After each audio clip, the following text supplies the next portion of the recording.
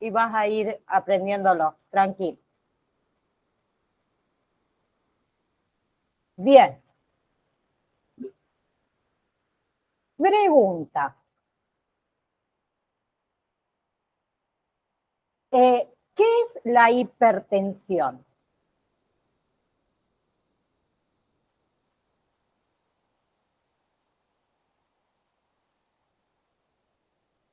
El micrófono está apagado.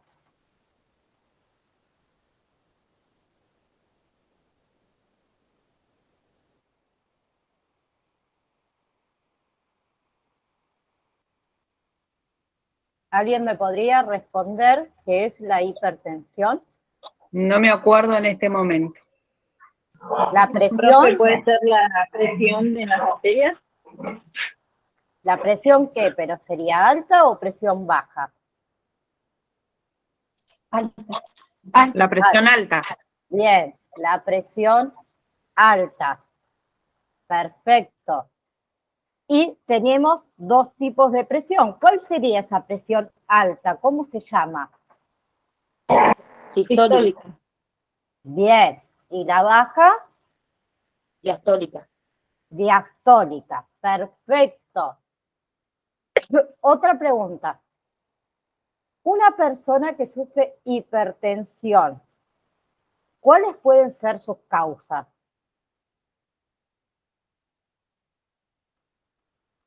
¿Por qué puede sufrir hipertensión?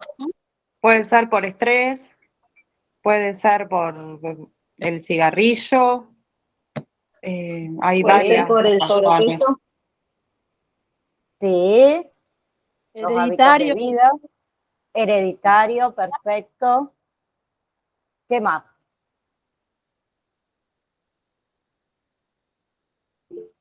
Por exceso de peso, muy bien. Puede ser por estrechamiento de arterias.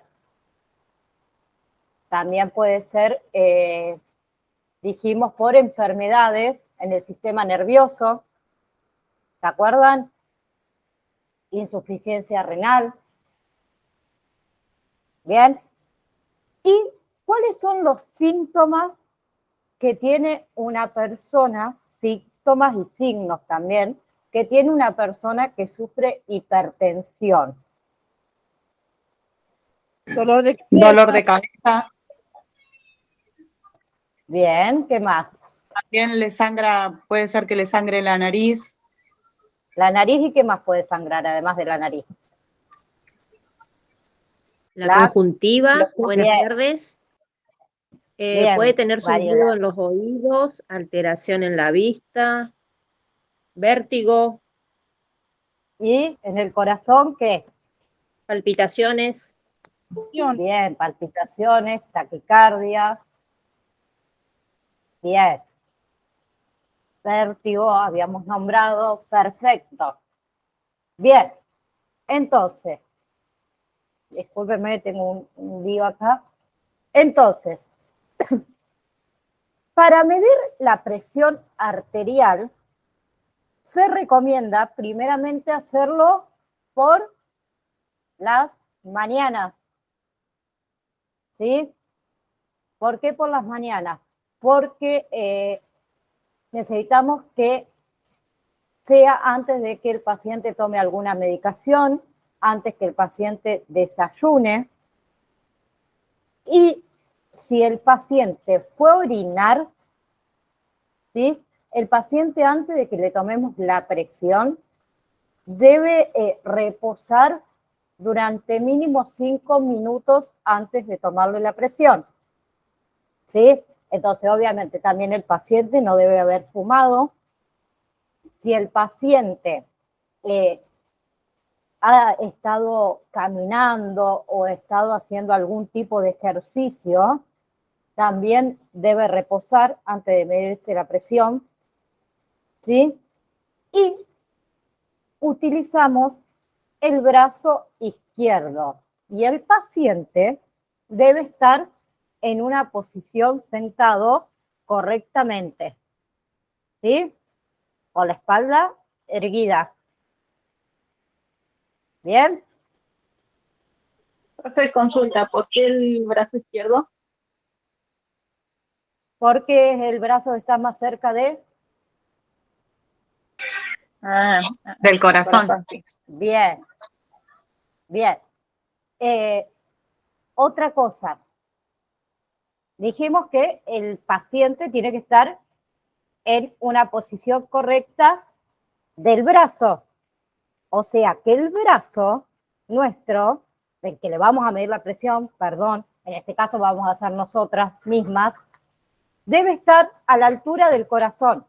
O sea, vamos a suponer que la persona está sentada en una silla, el brazo arriba de la mesa, ¿sí? Otra cosa, el paciente no puede en ese momento hablar, no puede cruzar las piernas y debemos que el paciente lleve su respiración normal. ¿Sí? Porque si yo empiezo a respirar fuertemente, le hago fuerza para respirar, cambia la presión. ¿Sí? Bien. ¿Quién tiene para medir la presión por ahí? Me voy a sacar los auriculares.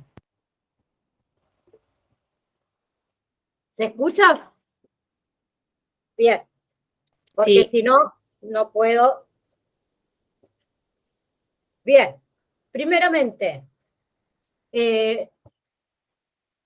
Emilce y Gabriela me dijeron que tenían digital. ¿Quién no tiene un tensiómetro digital? ¿Alguien?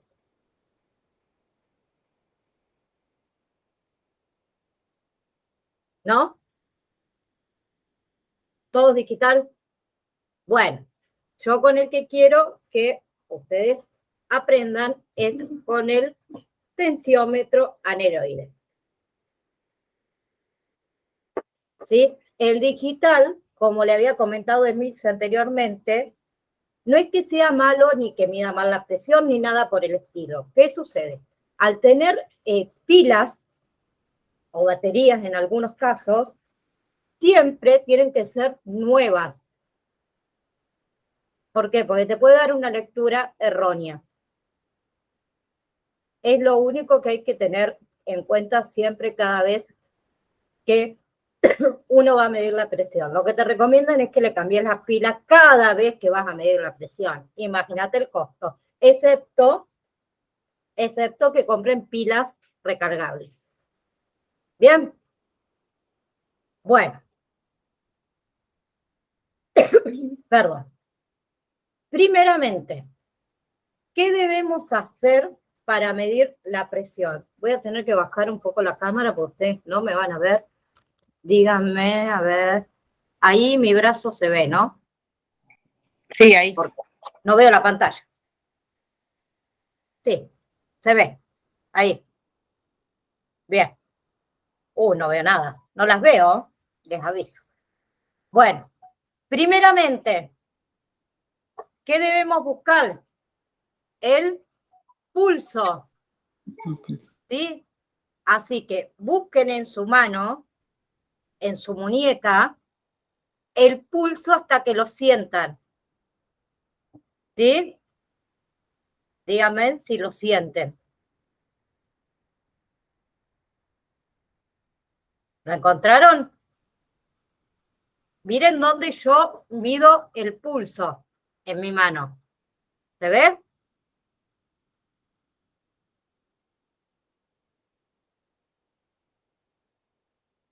¿Lo encontraron? Sí, yo lo encontré. Bien, perfecto. Se siente. Ahora, ¿qué debemos hacer? Colocar el brazalete sin que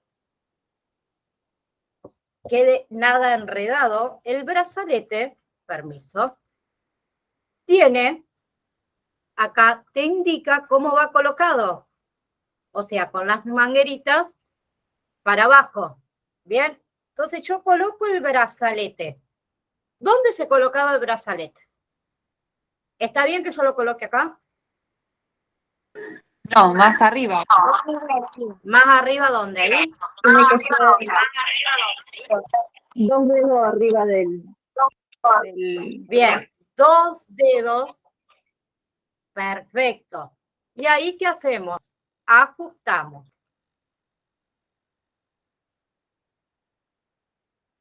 Ahí se me enredó. Ahí está. Ajustamos. El mío me queda un poco grande. Vienen de diferentes medidas. Viene también para pediátrico y viene también para gente obesa o más gordita. Acá tenemos, nosotros vamos a hacer de cuenta que hay otra persona que me está midiendo a mí la presión. Entonces podemos colocar el relojito. ¿Bien? ¿Qué hacemos después de hacer esto? Tenemos que ir apretando. Pero antes de apretar, ¿qué hacemos? Verificamos que la válvula esté cerrada y que se abra fácilmente también. Y otra cosa que no hay que olvidarse, el relojito, la aguja, debe estar en 0. ¿Sí? ¿Por qué? Porque si está pasada o está anterior es porque no está calibrado como corresponde. ¿Bien? Yo en este caso me lo voy a poner acá al ladito para yo poder observarlo. Otra cosa. ¿Cómo se colocan las olivas? Siempre, si ustedes observan, a ver si se ve, no veo la cámara yo, que tiene una leve inclinación hacia adelante. ¿Sí? Esa inclinación hacia adelante, ¿cómo la debemos colocar nosotros en nuestros oídos? Al revés. O sea, la inclinación para atrás de mis oídos. Si yo me lo pongo, no escucho nada, chicas. Así que no me lo voy a colocar. Bien, entonces ahí volvemos a verificar el pulso. ¿Sí? Y vamos subiendo hasta encontrarlo arriba. ¿Sí? Ahí es donde yo voy a colocar. ¿Sí? En este caso lo dejo así porque, o me lo pongo acá, porque no tengo otra persona que lo utilice por mí. Bien, entonces ahora sí comenzamos a insuflar. Me lo voy a insuflar con la otra mano para que ustedes puedan verificar. ¿A dónde estoy? Me fui acá. Para que ustedes puedan verificar cómo, a ver si se ve. ¿Se ve? Sí. Sí, ahí sí. Bien. ¿Cómo va subiendo la aguja? Yo suelo tener normal de presión en un día normal, excepto en verano, que mi presión disminuye mucho, pero suelo tener 12,8, 12,7. Así que voy a insuflar, comienzo a insuflar. Va subiendo. Ahí estamos en, 12. ¿Sí? Si mi presión siempre fue 12, yo insuflo 2 puntitos más. ¿Bien? Hasta llegar a 14. Porque mi presión suele ser 12. ¿Bien? Una vez que llegó ahí, ¿qué hacemos? Abrimos despacito la válvula de seguridad. Estoy con la mano izquierda, no la puedo hacer. Bien, soy diestra y se me complica. Y ahí va a ir bajando. ¿Sí? Cuando escuchamos el primer latido, que lo vamos a escuchar en nuestras olivas, el primer latido que se escuche va a ser la presión. ¿Qué presión? ¿Sistólica o diastólica? La sistólica. Bien. El primero, entonces, va a ser la presión más alta, la sistólica. Esto a medida que va bajando, obviamente con más rapidez, yo lo estoy haciendo muy lento en este momento, el último latido que yo escuche va a ser la presión diastólica. ¿Sí? Es cuestión de escuchar. Ahora lo voy a hacer sin ponerle a ustedes para saber qué presión tengo.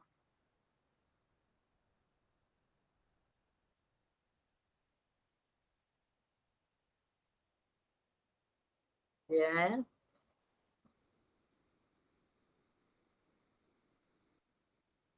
Bien, yo tengo de presión 120/70. ¿Es una presión normal? 120 de sistólica, 70 de diastólica. Permiso, levanto la cámara porque no la veo y me molesta. Es un poco baja la diastólica, puede ser, porque la normal sería 120/80. Bien. Pero si yo, perdón, ahora volví. Pero si yo, que mi presión normal, o sea, yo siempre suelo tener 120/70. Puede ser normal para mí. ¿O no? A lo mejor ya otra persona, vamos a suponer Emilce, ya tener de diastólica 70, a lo mejor es muy baja para ella y ella empieza a tener diferentes síntomas y signos que yo no los tengo. ¿Sí? Lo mismo pasa con las personas que tienen hipertensión. Hay personas que manejan 160. Y vos las ves y le decís, pero tenés 160 de sistólica. Y ellos te dicen, pero yo me siento re bien. ¿Sí? Pero no es normal. ¿Por qué? Porque el corazón es el que está trabajando mal.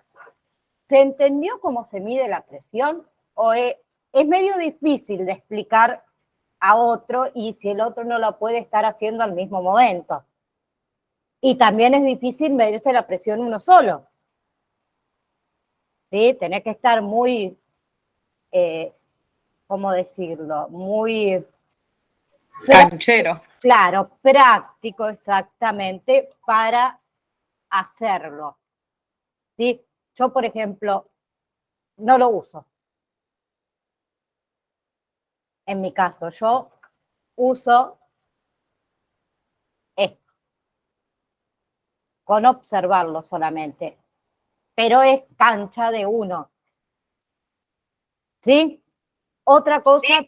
Claro, porque si no usa ese para los oídos, para escuchar latido, ¿cómo sabe para cuando empieza la presión alta y Bien, ¿por qué? Por el movimiento de la aguja. La aguja comienza a hacer un movimiento cuando marca la sistólica, empieza a tic, tic, tic, tic. Si no baja, normal, y cuando empieza tic es porque encontró el latido. ¿Sí? Y entonces ahí empieza a bajar la aguja haciendo... Sí. Entonces es más fácil así con el reloj. Para principiantes yo diría que no usen solo el reloj. ¿Sí? Bueno, yo porque recién estaba intentando buscar mi pulso y no lo encontraba, por eso digo, capaz que con el reloj que ya sabes que cuando empieza a titilar un poquito ya empieza a marcar la presión. ¿En la muñeca no te lo encontraste? No, pero más arriba sí pude, sí lo sentí bien finito. Bien, bien. Claro, siempre corroboramos antes que hayamos encontrado el pulso y que lo escuchemos. ¿Bien? Sí. Bueno, y se guarda sin que las mangueras queden dobladas. Bien. Y siempre protegiendo nuestro relojito y del tensiómetro también. Bien. Es cuestión de práctica, pero ya saben cómo se marca la diastólica y la sistólica del relojito. La más alta, la diastólica, la sistólica, y la más baja, la diastólica. Bien, Erika, habías levantado la mano, recién la veo. ¿Algo para decir? ¿Dónde se me fue Erika? Acá. Erika, ¿estás?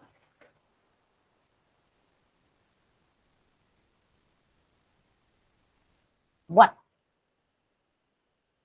Bien. Vamos a comenzar con tratamiento farmacológico y no farmacológico. ¿Bien? Bien. Entonces, la presión arterial dijimos que es la fuerza que ejerce la sangre dentro de las arterias. ¿Sí? Entonces, esta fuerza que ejerce en el interior de las arterias es debido a la presión que produce ¿qué? El paso de volumen de sangre en una unidad de tiempo, que nosotros lo medimos en ¿qué? En volumen minuto. ¿Sí? Entonces, cuando ese caudal de sangre aumenta, las arterias, ¿qué hacen? Van a responder ejerciendo esa resistencia y ese aumento de la presión, ¿sí? Que es una resistencia periférica, ¿sí? Y entonces eso se hace mediante un mecanismo de vasoconstricción. ¿Para qué? Para que pueda evitar que esos vasos se rompan. ¿Sí? Entonces,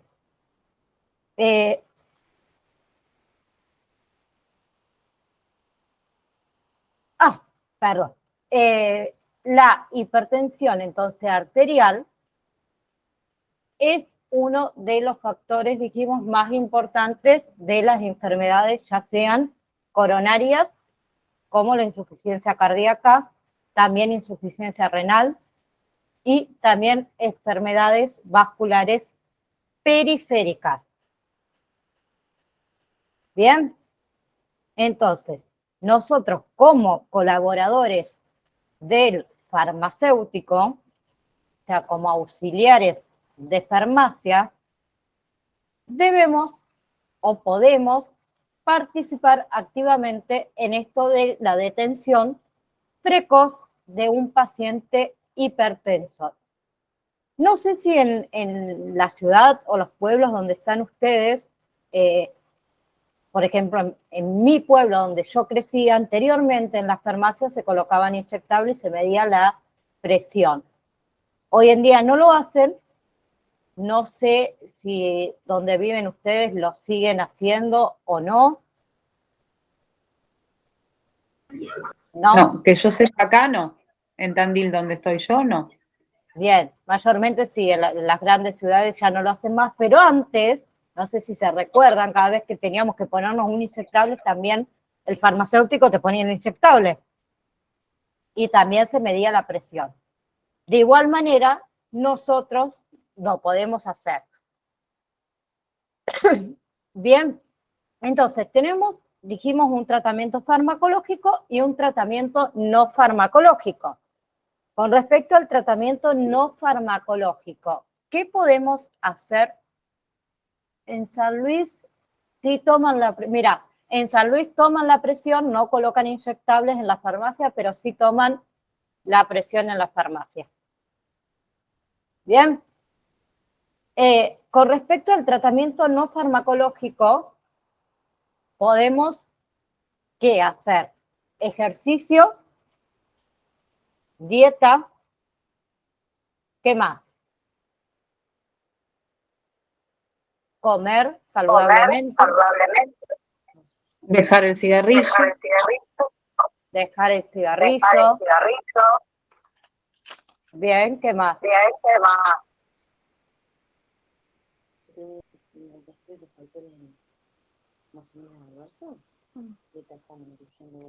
Suprimir el estrés. Bien, suprimir el estrés. Perfecto. Bien. Permiso que... Ahí está. Porque me escucho mi voz cuando tienen el micrófono abierto y me confundo. Entonces, dijimos que los pacientes que sufren hipertensión arterial son pacientes crónicos, ¿sí? Y estos pacientes deben seguir un tratamiento y un régimen durante muchos años o también durante toda la vida, ¿sí? ¿Por qué? Uno, al tomar o al seguir ese tratamiento, lo más probable es que la vida sea más prolongada, ¿sí? Entonces, puede que también a que estas enfermedades que llegan, cardiovasculares, ¿sí? No nos sorprenda desprevenidos, porque si nos sorprende desprevenidos, ¿qué puede llegar a pasar?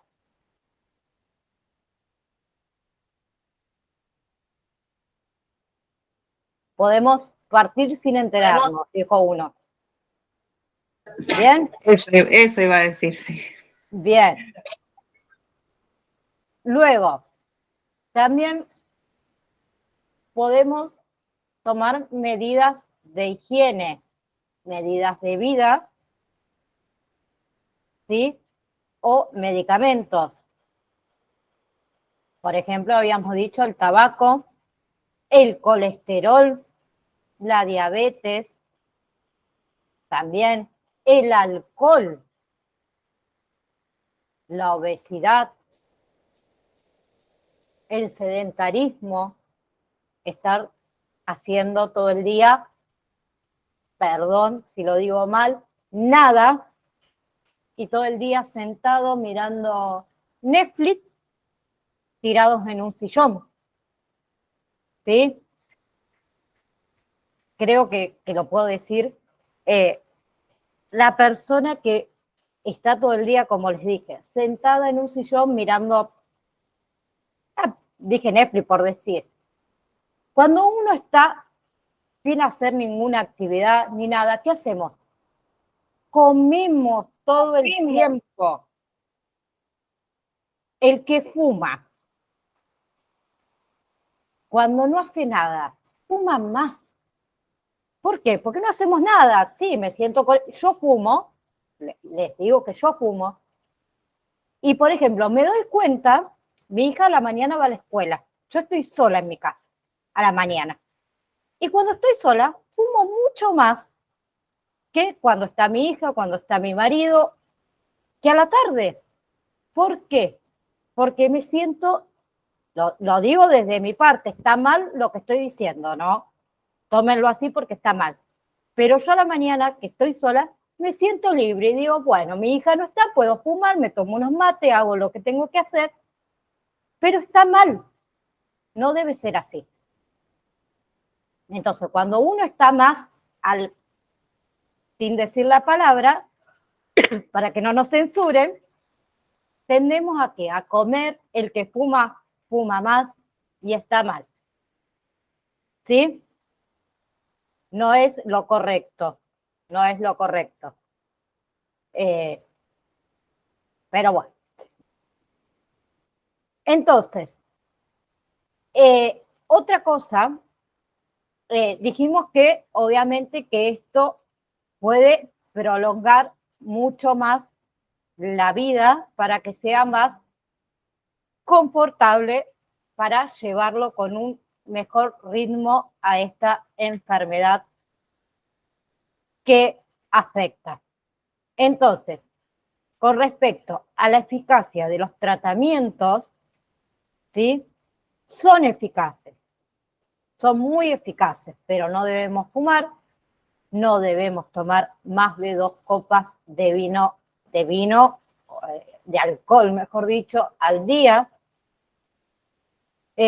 No incorporar tanta sal a nuestros alimentos, suprimimos el estrés, los factores emocionales, eso juega mucho, y tratamos de llevar una dieta sana que incluye obviamente fibras, frutas, verduras, grasas saturadas, como los aceites, pescado, bueno.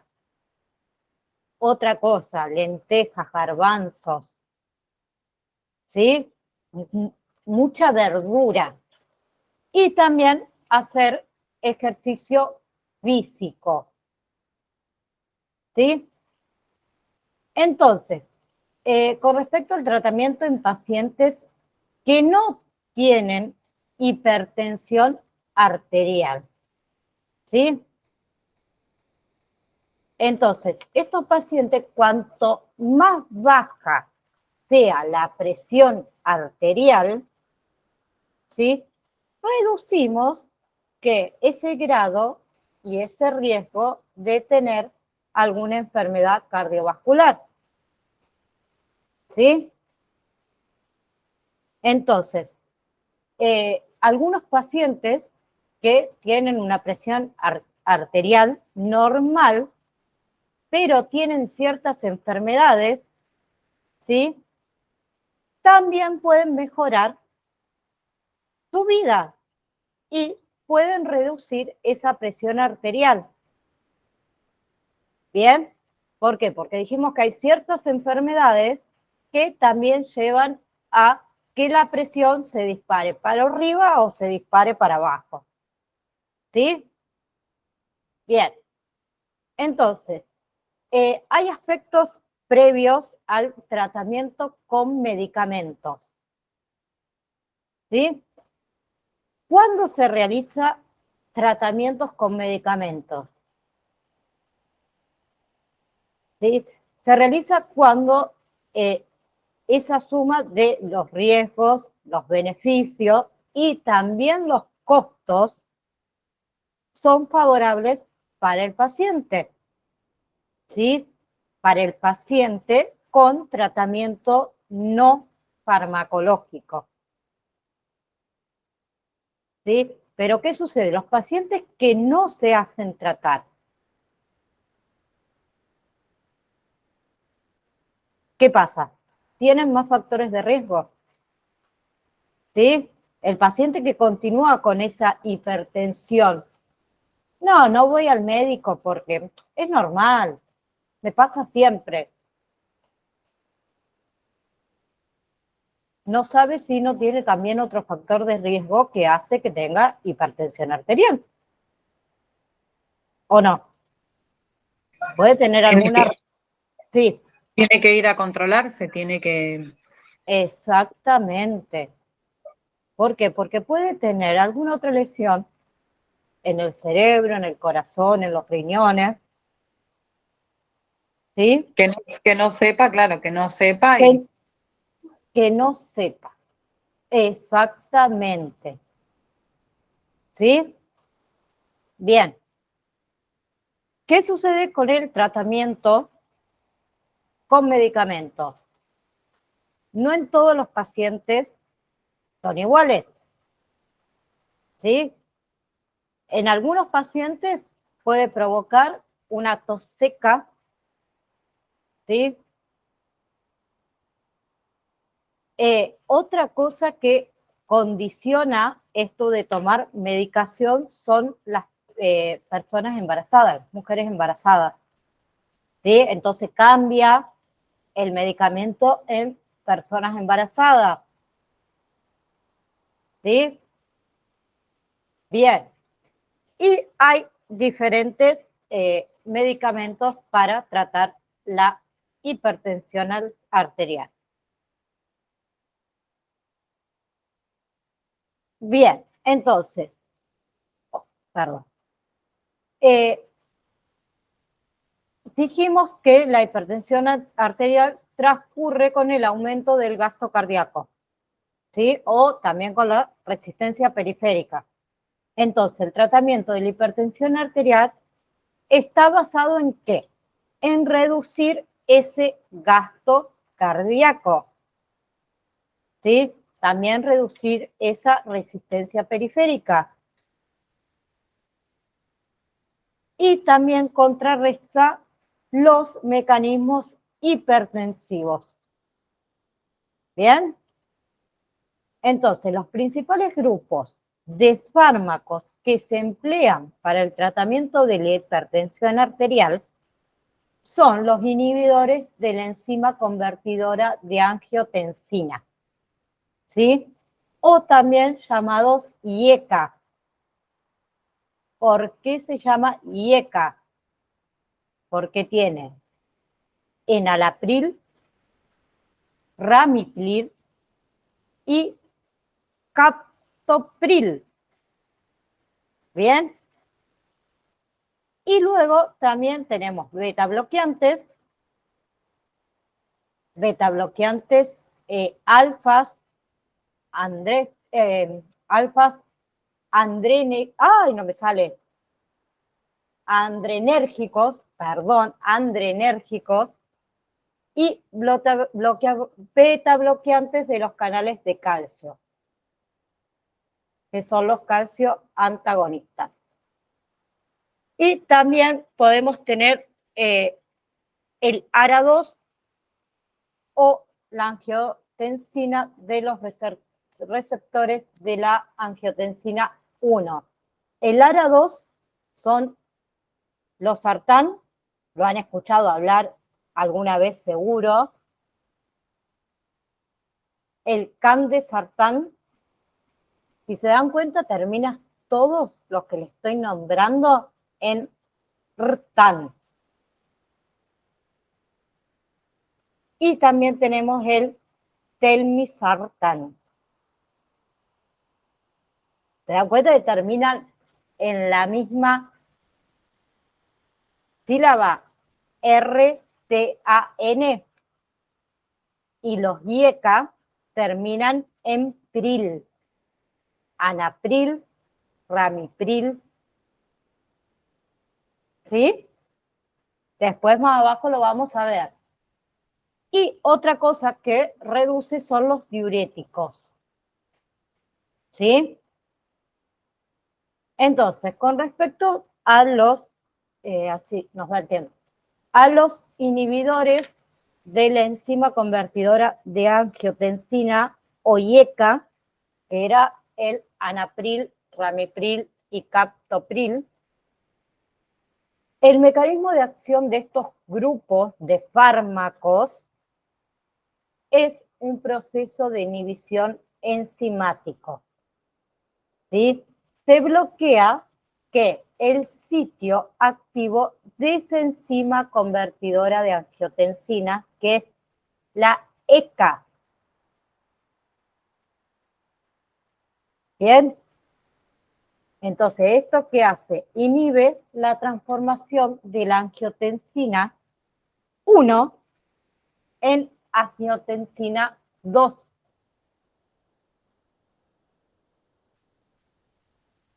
Yo les voy a mandar qué significa cada una de estas cosas que yo estoy nombrando porque no van a entender nada. ¿Sí? Entonces, en este caso, luego de que uno administra, puede ser captopril, ¿sí? O enalapril, se produce que esa disminución de la presión arterial. ¿Por qué? Porque se genera una reducción de la resistencia periférica. ¿Bien? Entonces, descenso de la presión hace que no se produzca un aumento de la frecuencia cardíaca. ¿Sí? No aumenta tampoco el volumen minuto. ¿Bien? Es como que estabiliza. Estabiliza, exactamente.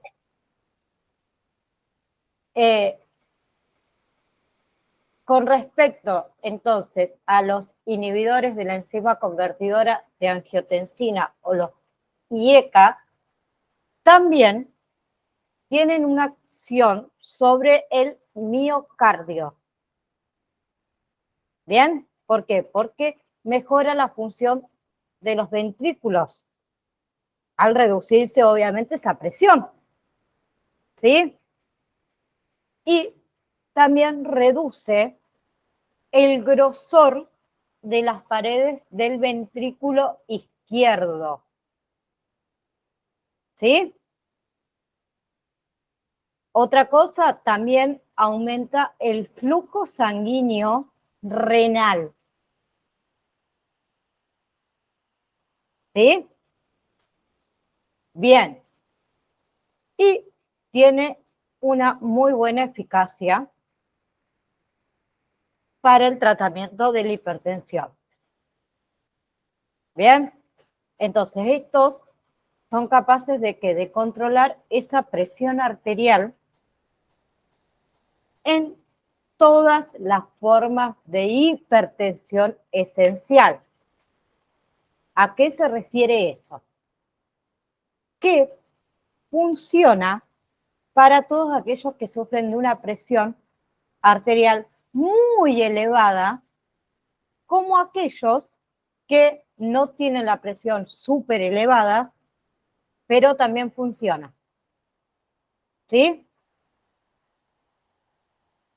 También son muy eficaces para los pacientes que tienen insuficiencia cardíaca congestiva.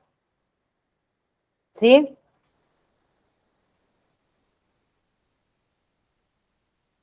Discúlpenme un movimiento.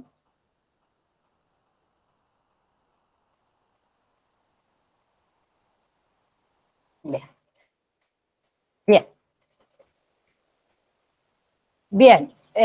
Dije que, me perdí ahora, que es muy eficaz, dijimos, para aquellas personas que sufren insuficiencia cardíaca congestiva. ¿Sí?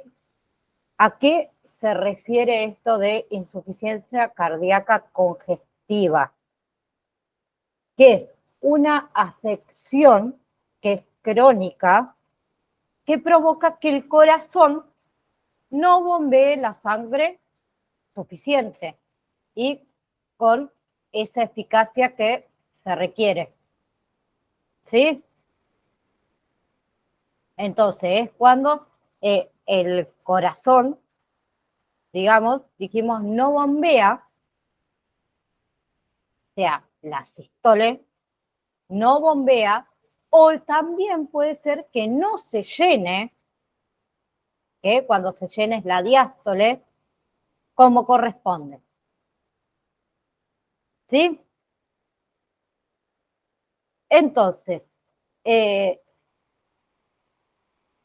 estos medicamentos también se han demostrado que son muy eficaces en pacientes con hipertensión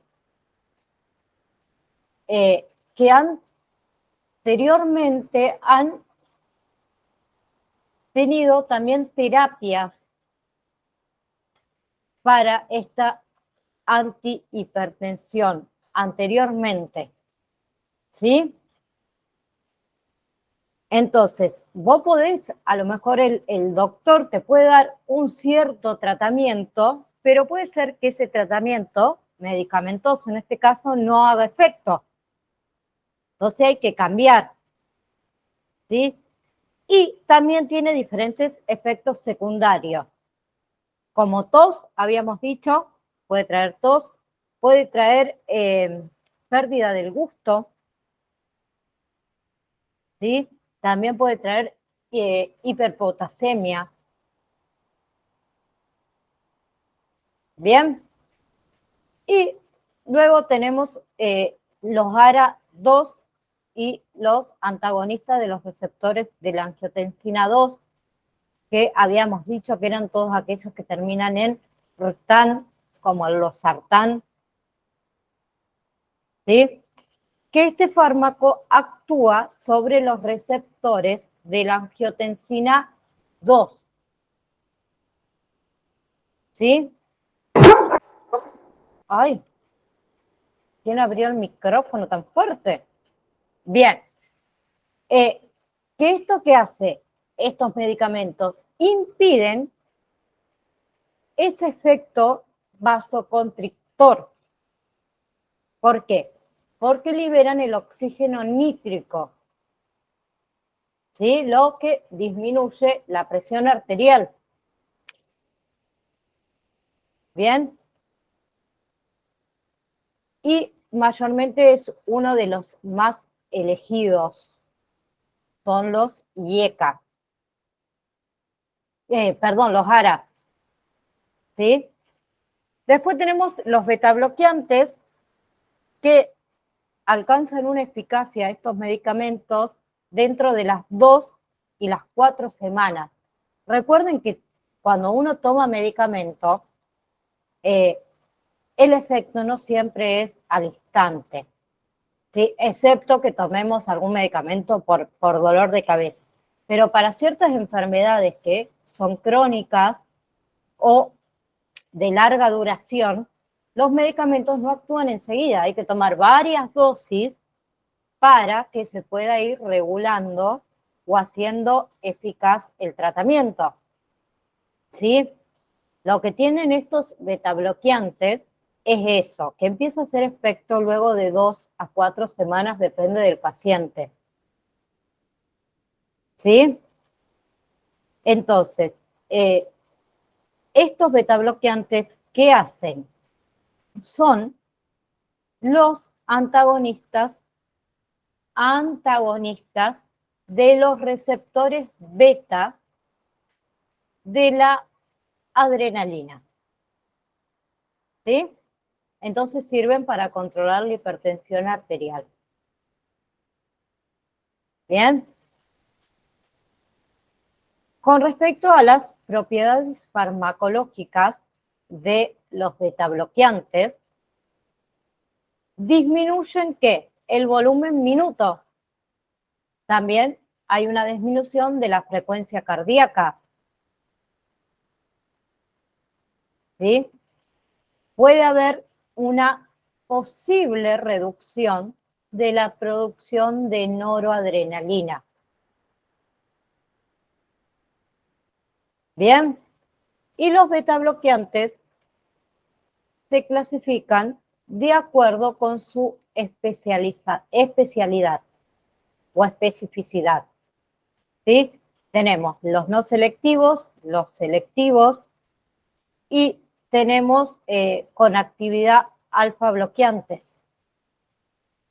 Con respecto a los no selectivos, son aquellos que son los antagonistas de los receptores beta y terminan en olol, como el nadolol, sotalol,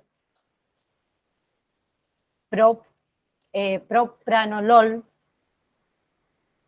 ¿sí? Después tenemos a los selectivos, que poseen más especificidad sobre los receptores beta 1, que ahí entran el atenolol, metoprolol,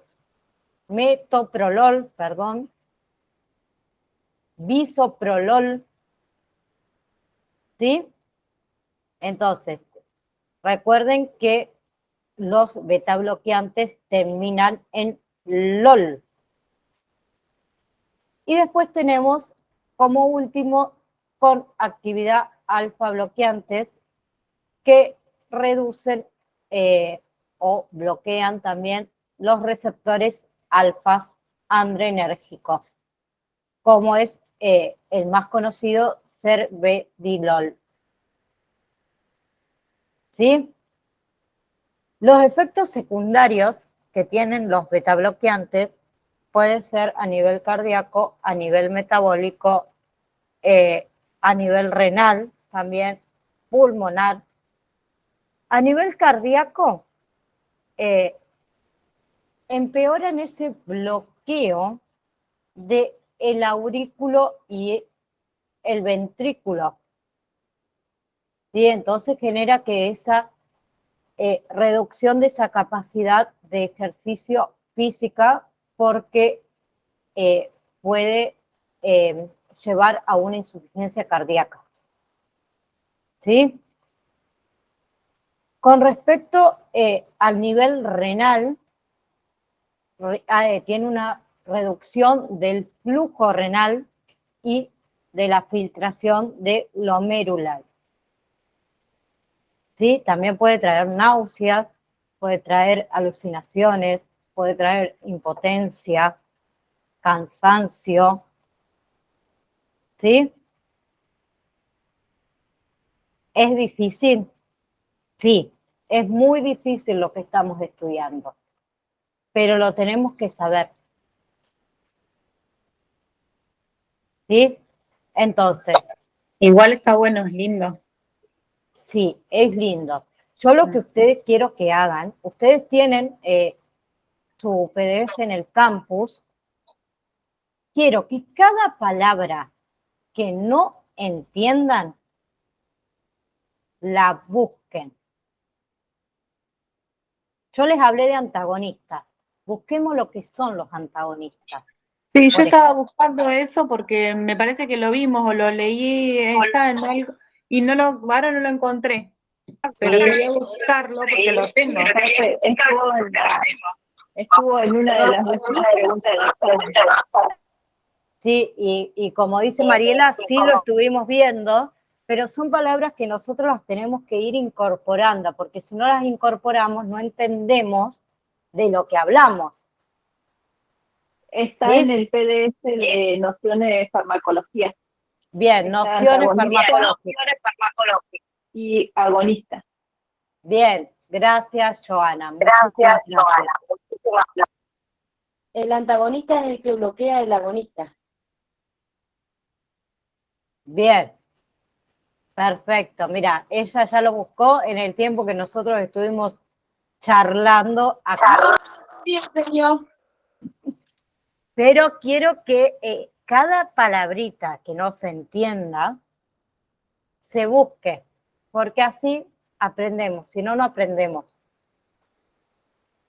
Bien, entonces nos queda ver para la próxima clase lo que queda de los grupos farmacológicos, ¿sí? Y vayan leyendo este PDF que estamos viendo, que son el de tratamiento farmacológico y no farmacológico de la hipertensión arterial, porque es un PDF que no es demasiado largo, creo que tiene 12, 13 hojas, pero tiene muchas palabras difíciles. Y vayan haciendo eso que les fuimos, o sea, hablando recientemente, en cómo termina el nombre del medicamento. ¿Sí? Porque esos ya les van a ir diciendo de qué trata el medicamento, para qué sirve el medicamento. ¿Bien? ¿Sí? Bien. Entonces, terminen de leer el PDF lo vamos a seguir viendo, lo vamos a seguir charlando porque es muy largo y si no tenemos claro esto, no vamos a seguir con otro tipo de enfermedad hasta que no tengamos claro esto, porque si no, no tendría sentido que sigamos con lo que sigue, que ya les digo que era. Denme un segundo que mi compu ahí reaccione. que después de esto vamos a ver trastornos del aparato digestivo. Y si no sabemos esto primero, va a ser difícil que sigamos con lo demás. ¿Sí? Léanlo, escriban en el grupo, si tienen que sacarse una duda, escriban, si no contesto yo, puede contestar cualquier otro compañero que lo sepa, quiero que interactúen entre ustedes, porque es la mejor forma de aprender. ¿Sí? Así podemos seguir con las enfermedades.